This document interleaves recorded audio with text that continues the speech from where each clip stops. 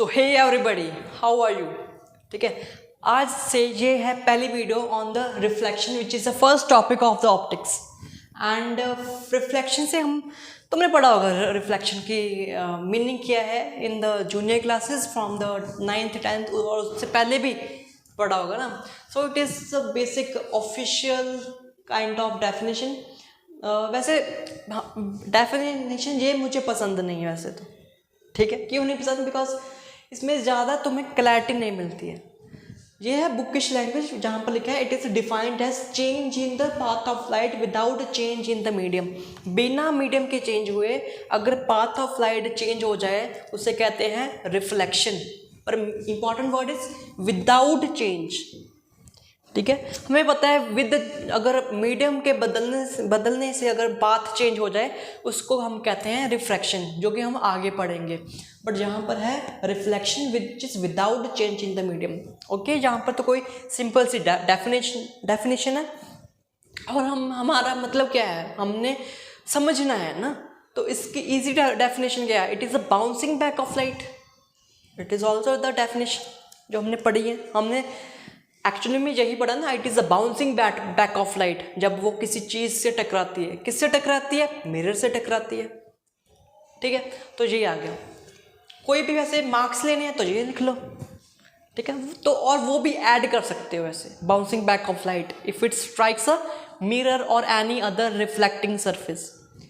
Laws of reflection, now this is the very first important point of this video. Laws of reflection. Laws of reflection के दो laws हैं, दो rules भी कह सकते हो। पहला रूल है कि अगर तुम्हारे पास इंसिडेंट रे है और ये जो टकराती है तुम्हें पता है ना, इसको हम कहते हैं इंसिडेंट रे। क्या कहते हैं? Incident ray.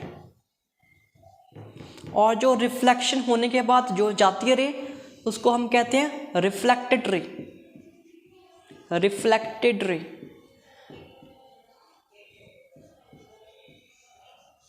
और ये बीच में तुम्हारा क्या होगा? नॉर्मल। पहला लॉ यही है कि ये जो इंसिडेंट रे है, रिफ्लेक्टेड रे है और जो नॉर्मल है वो एक ही प्लेन में लाई करते हैं। So what is meant by एक ही प्लेन? मतलब ये तुम्हारे हैं दो तरह के प्लेन होते हैं। एक होता है vertical plane and the second is the horizontal plane.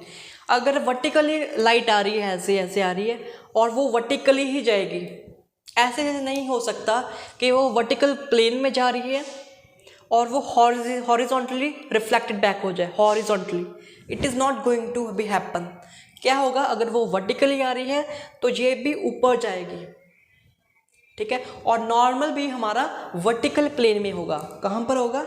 इसके बीच में, इन दोनों पेन्स जो रेज हैं इन दोनों के बीच में ऊपर की तरफ होगा। बिकॉज ये दोनों क्या हैं? वर्टिकल प्लेन में है, तो हमारा जो नॉर्मल होगा वो भी वर्टिकल प्लेन में होगा। But if they are going horizontally तो हमारा नॉर्मल भी हॉरिजॉन्टल होगा, मेरी तरफ, इस डायरेक्शन की तरफ, which is again in the horizontal plane. समझ में आ गया? दो तरह के प्लेन हैं, अगर तीनों होने क्या चाहिए? सेम प्लेन में होना चाहिए। Either they can be in the same horizontal plane और either in the same vertical plane. Okay, first law is this.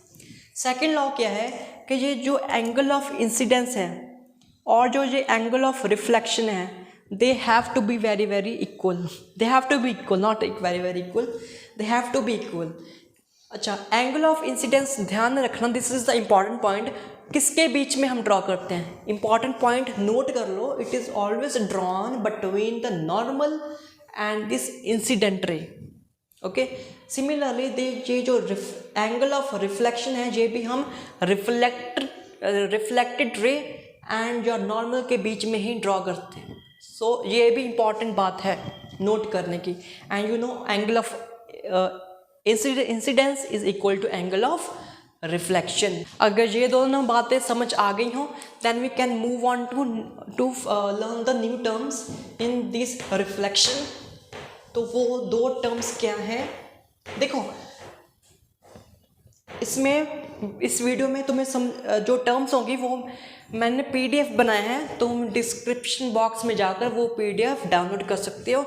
And but यहाँ पे मैं बस बट ओनली समझाने की ही बात करूँगा, ना कि तुम्हें डेफिनेशन रटवाऊँगा। ओके, तो लेट्स सपोज हमारे पास एक मिरर है, we take a concave mirror. हमें पता है कनकेव मिरर होता है, कन्वेक्स मिरर होता है, ठीक है। कनकेव मिरर है, हमें ये भी पता है कि इसमें प्रिंसिपल एक्सिस भी होती है, विच इज़ दिस इमेजिनरी। इसमें क्या होता है, फोकस। अब फोकस क्या होता है, फोकस वो पॉइंट है मिरर का नहीं वैसे, मिरर के आगे का, कि अगर रिफ्लेक्टेड रे पैरेलल जाए, इफ़ रिफ्लेक्टेड रे पैरेलल जाए तो वो रिफ्लेक्शन के बाद उस पॉइंट से हमेशा पास करेगी, चाहे नीचे से जाए, बट अगर जाएगी तो फोकस से होकर ही, ऐसे, ठीक है, ऐसे गई और जिस पॉइंट से वो पास कर रही है तो वो पॉइंट होगा हमारा फोकस, ठीक है। हाँ, फॉर द कन्वेक्स मिरर में क्या होगा, कन्वेक्स मिरर में ये होगा कि हमारी जो रे होगी वो पास तो नहीं करेगी, वो मीट तो नहीं करेगी, बट वो दिखाई देगी कि वो मीट कर रही है।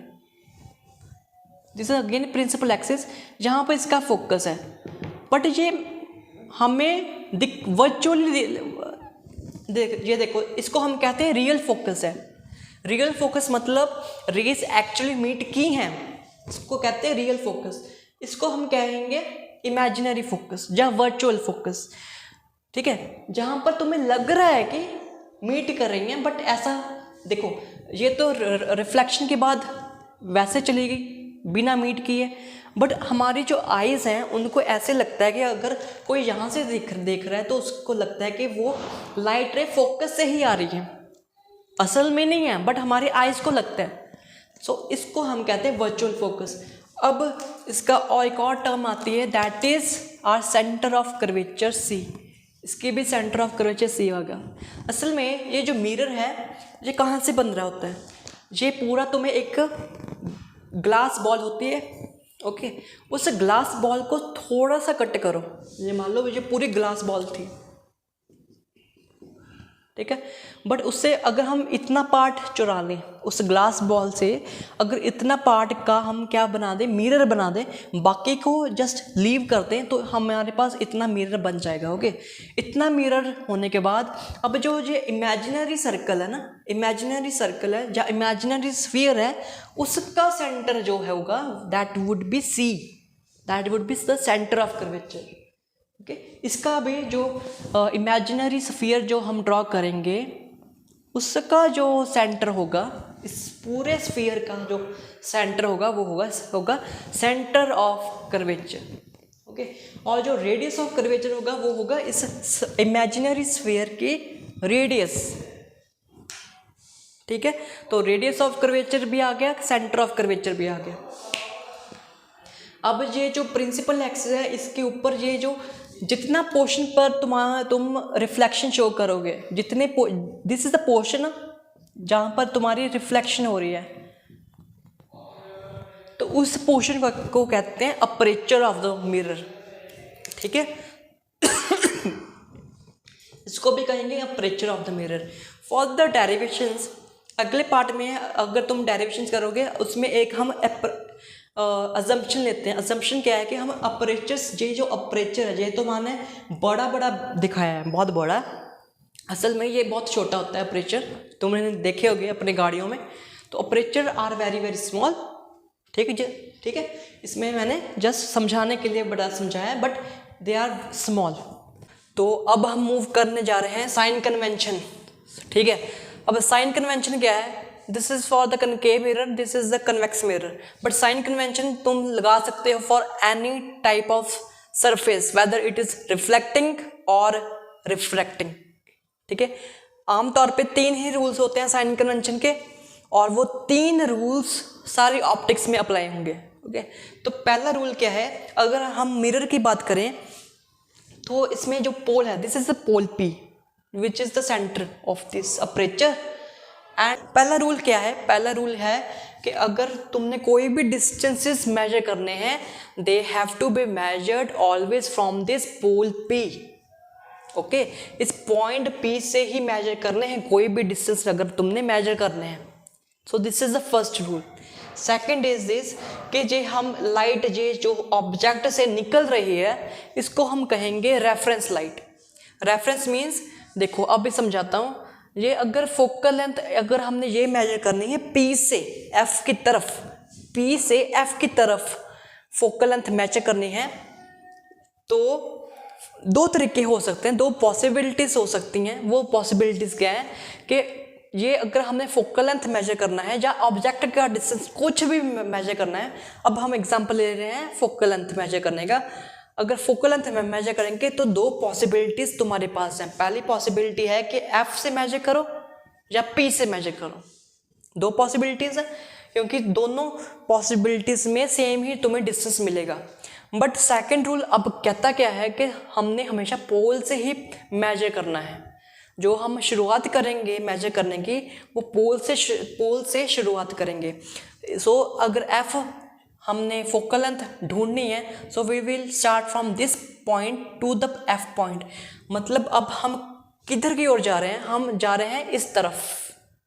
अगर इस तरफ जा रहे हैं that means we are going against this light ray. ठीक है, इसको हमने रेफरेंस माना है। ठीक है, तो इसको देखकर इसकी तरफ नहीं जा रहे हैं, इसके उल्ट जा रहे हैं, इस लाइट के उल्ट जा रहे हैं, ऑपोजिट में जा रहे हैं। दैट मीन्स इसका जो डिस्टेंस होगा is taken as negative. Okay, also ये जो डिस्टेंस है सो इस अब बात करते हैं फोकल, ये तो होगी focal length of concave mirror which is always negative.